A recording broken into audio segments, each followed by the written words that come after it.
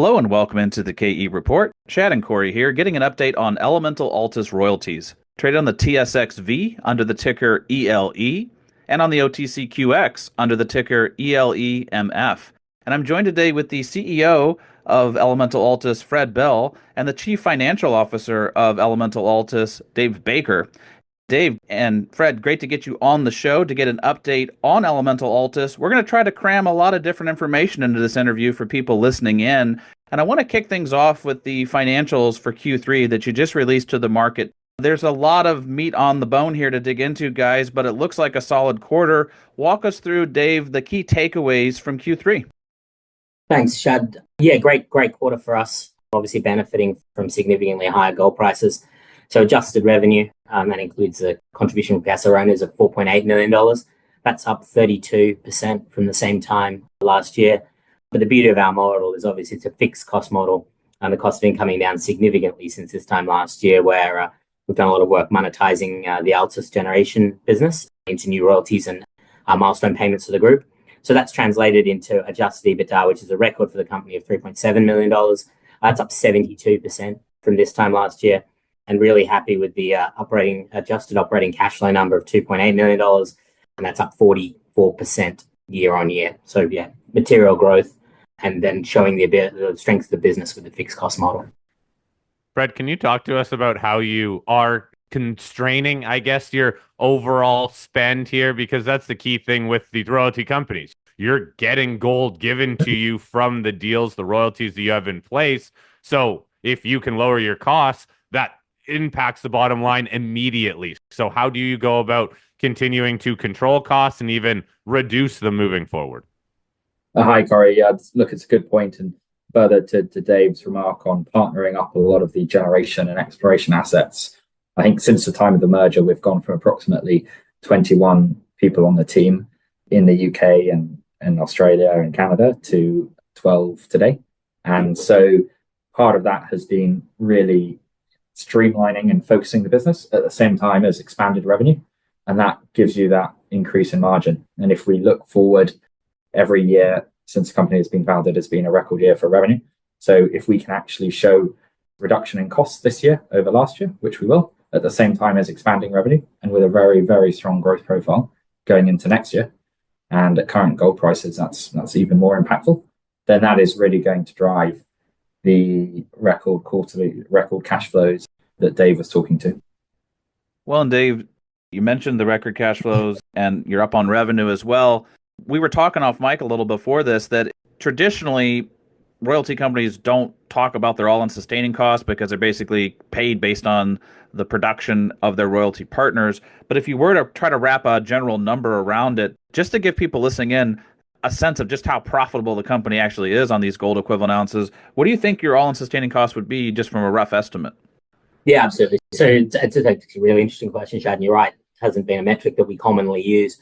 But thinking about it, the run rate we are at the moment, I'd say sort of in the $6 million G&A off the back of our midpoint of updated guidance of 9,250 ounces. You know, we are looking at sort of $600 per ounce all-in cost, cash cost there. So that would suggest then $2,000 cash margins at current prices there or thereabouts. And obviously, as Fred said, we've got pretty substantial organic growth in the profile, expecting material growth next year. So that would only go lower. So, Dave, if we look back on Q3 and the rise in the gold price, gold was up about 15%. The company garners a lot of their revenue from gold royalties. How does that translate over to leverage then? Obviously, your revenue will rise. It should be about, you would think, 15% if that's the higher gold price. But trickling into cash flow to EBITDA, what's the sort of leverage that the company holds then in the case of a rising gold price? Yeah, I mean, that is the most powerful part of the model, because obviously all of these ounces and revenue comes to us at zero cost. It does just all flow straight through to the bottom line. Now, in some jurisdictions, we have to pay a little bit of tax, but for the most part, and for our key gold royalties in particular, they are structured reasonably efficiently. So you will see the majority of that trickling down, which is why we've seen in the period where revenue up 32%, cash in the bank in terms of operating cash flows up 44%, and then EBITDA, which is a reflection of the cost that we're accruing in the quarter, up 72%. So there is real leverage to gold, just because we are just an investment company. So there isn't that cost of goods sold incorporated in the business. Well, Fred, I want you to bring into the discussion Allied Gold's Diba project. You have a royalty there. It is not included in this quarter, and you're taking it off of guidance for Q4. I'd love you just to expand on, I guess, the mining industry. We're all used to it taking a little longer than people expect, but just how that may be setting up for a pretty solid Q1 in 2025. Could you speak to the Diba asset, please? Yes, Shan, look, this was an asset we were earlier guiding to coming on mid-year. And I think Allied have done a very good job progressing that asset since we sold it to them approximately a year ago now. And they've built a haul road, declared maiden reserves, increased the resource, and they're currently continuing to drill there. So look, it's been well publicized that there have been delays to the approval process in Mali for a number of major miners. I think the thing that has been positive from our side has been Allied announcing that they're now producing from Diba, which is now also being, I think, renamed as Karali Sud going forwards. So that asset for us it's going to be real material contributor for a full year basis for 2025 and for 2026. But I think at this point, we thought it was conservative and without specific guidance. We thought it was conservative just to not include it for Q4, and then we may get the full benefit of it in Q1 and going forwards. What are some of your estimates in terms of how much gold equivalent ounces, how much revenue that asset could bring in for you, I guess, starting next year?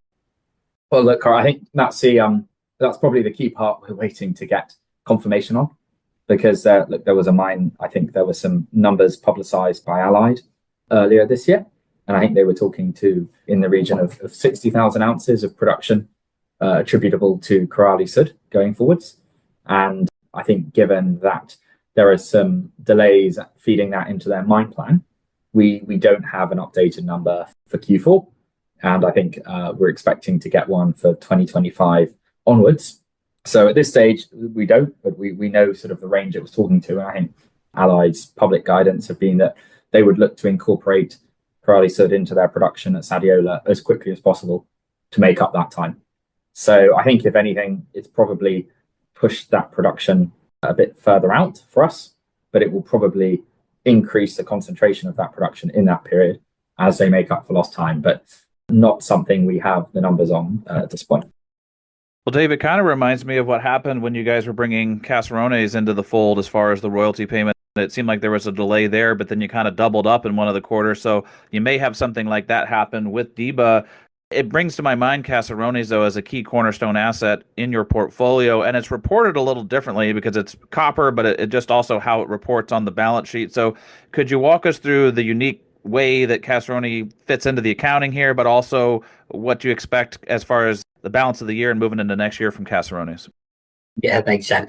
Yeah, it's one of our eternal battles with IFRS, because we have a significant influence but not control over the company that owns the Caserones royalty. That company, all it does is receive the royalty and pay us. We don't proportionally consolidate it. We do equity accounting, so you see the profit done up on our P&L rather than consolidated up in the revenue line.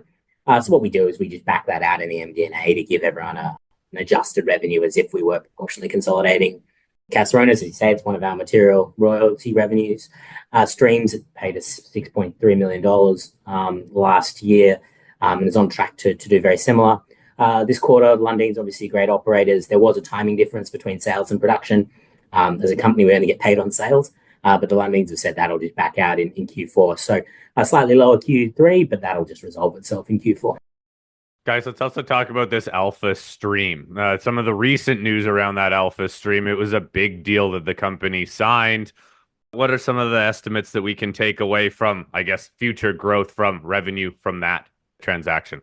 Yeah, absolutely. So we haven't guided to 2025 yet, but I think high level consensus will be looking at over $6 million of revenue next year. That's really headlined by Bonikro. So incremental revenue. That's really headlined by Bonikro, which has been on average paying us $1 million a quarter to date. So you can double that up for the incremental benefit of that half of Bonikro we're building in. The other two producing royalties in that portfolio are Ballarat, which is thriving under new ownership, getting back to that sort of 50,000 ounces of production a year. So paying us pre-deal more than $1 million a year. Should be getting that, should be now maybe $2.5 million a year. And then SKO, South Kalgoorlie, great by Northern Star, are doing very good things. Used to be paying us $300,000 or $400,000 a year. Again, we'll be getting double that. So yeah, quite material. And obviously, I think also the benefits of having Alpha Stream, a UAE fund that's extremely well backed and supportive of us on the register with 14%, shows that we'd be well supported if we needed them, but also looking forward to collaboration and co-investment opportunities with them going forward. Yeah, nice to see another key strategic shareholder on the books, holding a nice chunk of the Elemental Altus shares in strong hands. Fred, maybe break down, we talked last month about the Alpha Stream transaction, but for a lot of people, there was some confusion around this. This was really you getting the other 50% ownership of existing royalties. So a little different in that you weren't just acquiring new royalties. These were just kind of beefing up the royalties you have. Could you maybe just give us a quick snapshot again of the significance of that transaction?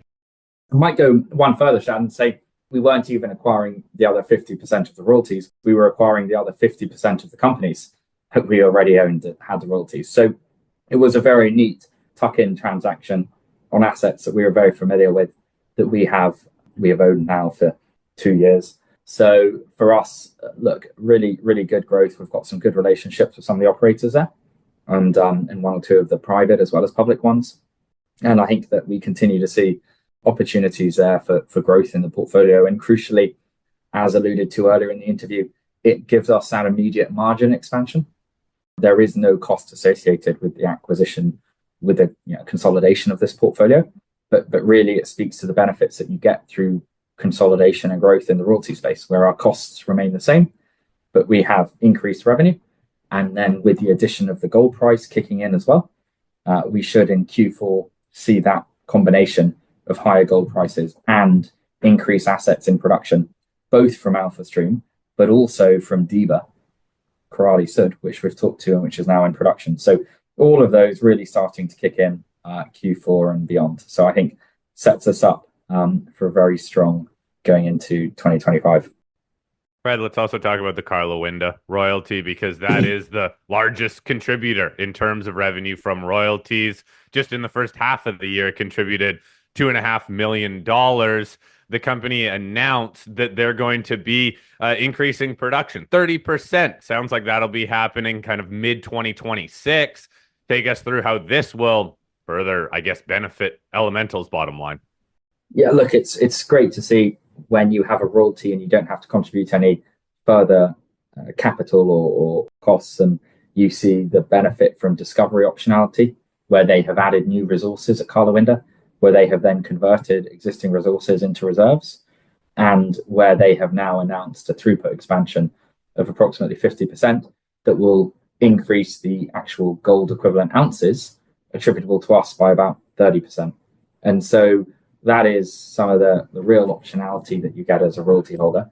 And to have that on one of our cornerstone assets is fantastic. And that will come in pretty neatly in 2026 after the growth that we should get in the portfolio from Diba and from the Alpha Stream portfolio in 2025.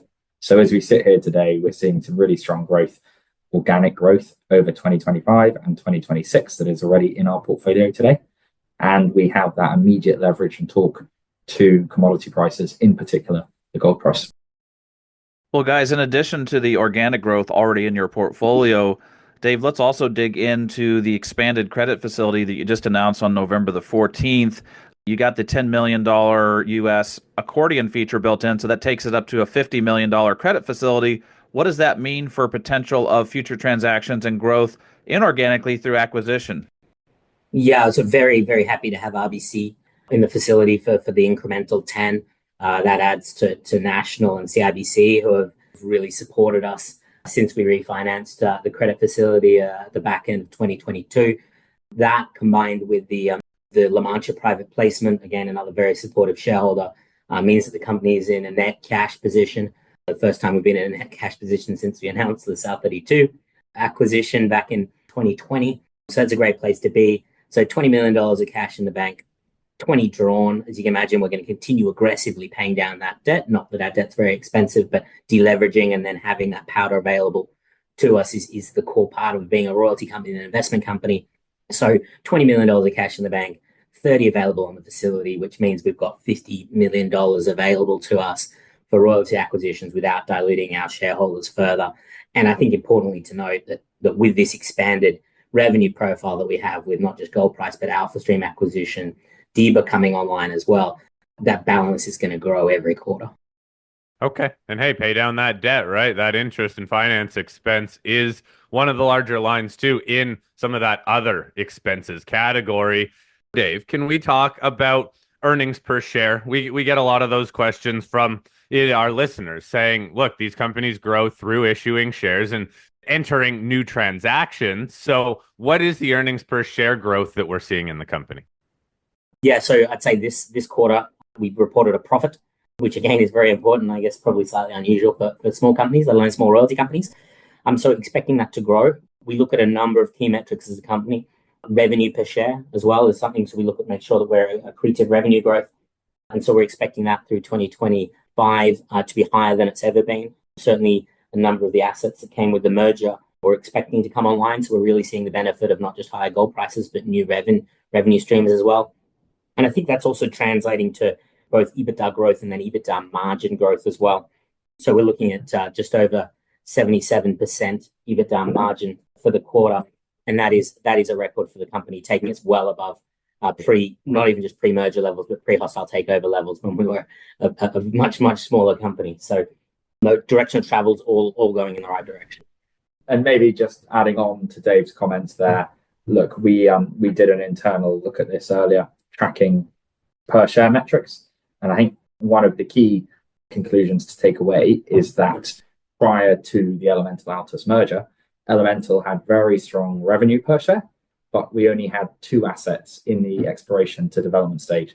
And if you fast forward to us today, we actually have, as it is now, we have quite similar revenue per share metrics, I think, increasing significantly going into next year on a per share basis. But we also have another 70 assets across the exploration and development pipeline. So more than that, but very material growth on that exploration development side of the portfolio, which I think was really important for us to build that out over the longer term. And we will continue investing in that side of the business going forwards, as well as at the same time continuing to add revenue where we can.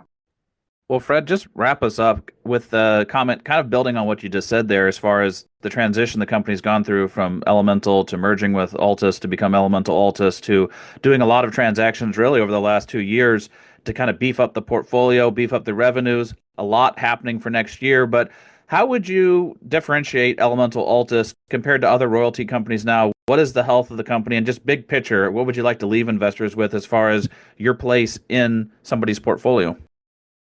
Look, I think for us, what we've got is a position today where we're in the strongest financial position the company's ever been in. We've got direct exposure to commodities, gold and copper, primarily gold, in an environment that's been very constructive for gold, bigger picture over the last 2 years. We're going to have record revenues this year going into even more record revenue next year. I think it could be potentially one of the largest growth years from organic growth that we've had in the portfolio to date.